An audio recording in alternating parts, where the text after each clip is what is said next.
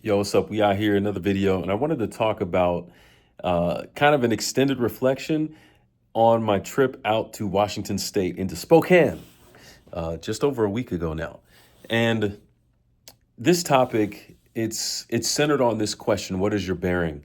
And just to kind of quickly recap, I was with my friend Tyler. He was showing me the conference office, Upper Columbia, a lot of C's, all right, Upper Columbia conference office, and we were going to see the radio station where he works. And in just walking in, he knew the receptionist. He says hello, they greet, and she looks at me. I just wave to acknowledge, and she says, "What branch of the military are you in?" Which completely catches me off guard because I don't know her. She obviously doesn't know me. But when I ask her, again, I kind of laugh and I'm like, well, I'm not actually in it yet, but I'm joining the Navy. And I ask, well, like, why did you say that? Where did that even come from? And she's like, well, it's your bearing, the way that you're carrying yourself. That's the impression that she got. And then later on, a couple days later, still up in Spokane with my friend there, his neighbor right across the street.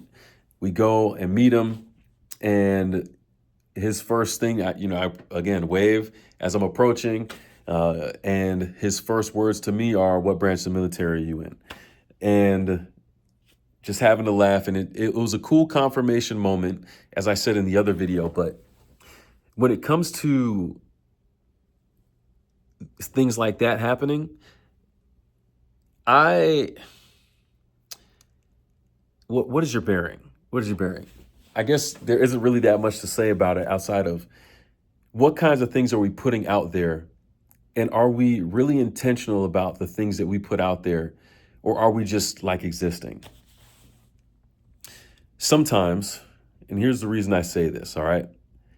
Sometimes we go out about our business and people have certain impressions of us. People communicate to us in a certain kind of way.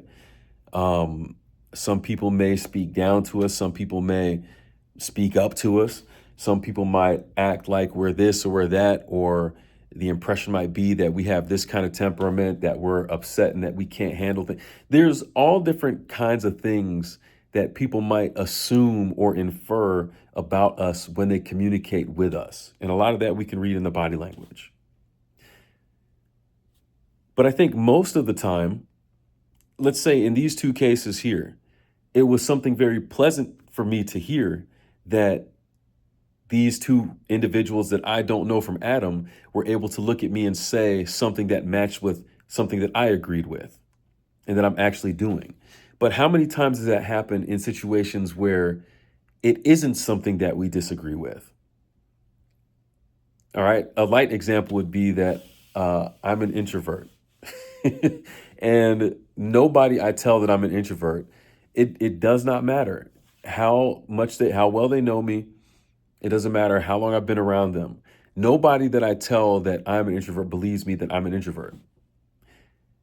And I think there's reasons for that for sure. I've learned some things and I've been able to communicate in uncomfortable spaces. So I'm better at it now, even though I still get nervous about it. Even recording videos, I have some nerves with that. But that's a good example, right? There isn't something evil or upsetting about being an introvert or an extrovert.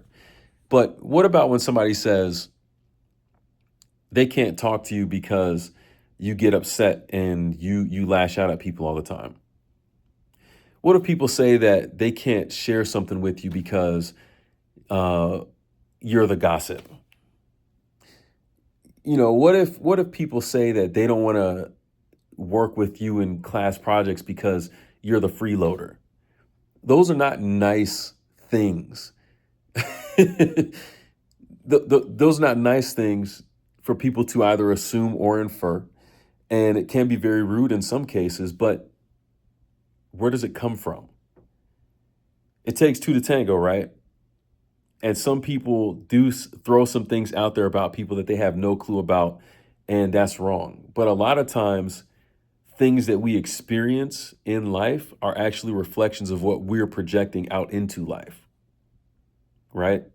So Yeah, I'll use my introvert example. If somebody tells me they think I'm mean and unapproachable, it could be because I'm an introvert. So it could be true, but their perception of me isn't that I'm an introvert. Their perception is that I'm mean and unapproachable. So what does that do for how I'm perceived with more people? That becomes the label, right? So now I end up digging down and doubling down into my introvertedness because it feels like no one wants to talk to me and I get upset about it. So I have to realize that as an introvert, I can change the way that I'm projecting myself and engaging with people around me. So now it's a surprise when people hear I'm an introvert and everyone thinks I'm an extrovert. You see what I'm saying? What is your bearing? That's the question. It keeps coming back to that. And it's an opportunity for self-reflection, really. Because it isn't just about this thing that's already happened about these are the things that people are saying about you, and these are the things that you may have projected out there. But it's what are the things that you want people to say about you? How do you want to be perceived? How do you want people to talk about you? Well, if they're saying these things and they're not saying these things, how can you change the status quo? How can you adjust the way that you're presenting yourself so that there's a different perception of you that is gathered and gained? Is it possible? Is it worth it? I mean, those are questions you're going to have to answer for yourself.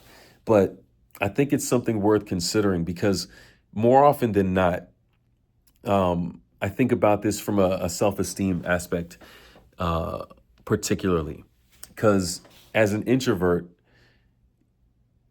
especially growing up as an introvert, trying to figure that out, you realize that you don't charge up around people, but you still want people to be around in some cases, right? So it's like, man, am I not cool? Am I uninteresting? Am I boring? A lot of people might start asking themselves these types of questions. And because nothing on the outside changes, they end up just reflecting that and that becomes their mentality. And they believe these things about themselves, which may not even be true. But by believing, they end up becoming, and it's like a downward spiral for people. So how can we reflect? And again, it comes back to this cliche statement, but be the change that we want to see. How do we change the perception that people have of us so that we can have more of the experience that we want to have? I think that's what it comes down to. And hopefully you get some confirmations in your experience that the way that you're carrying yourself, people can literally see who it is you're trying to be and what it is you're trying to do by the way that you move. That would be a dream right there. But let's take it to discipleship and worldview because, again, I'm in my class right now. This isn't an official doctorate vlog, but I can't get it out of my mind since I'm in the class right now, right? If I want to be someone who is approachable when it comes to spiritual things, I need to make sure that I'm projecting that. I can't be obstinate and belligerent every time that someone asks me a question. If I want to have a safe space for conversations that are difficult, that a lot of people in churches are not willing to have, then I have to be open to that. And I have to put some of that out there so people realize I'm okay talking with that. And it's okay to come and ask me about that. I might even have to just straight up tell somebody, come and ask me about this because I'm okay with that. We don't see a lot of that kind of thing in our churches today. And you may not see a lot of those types of things and these types of actions within your religious spaces, whatever they might look like. So, what is your bearing? Really think about that as I continue to think about it for myself.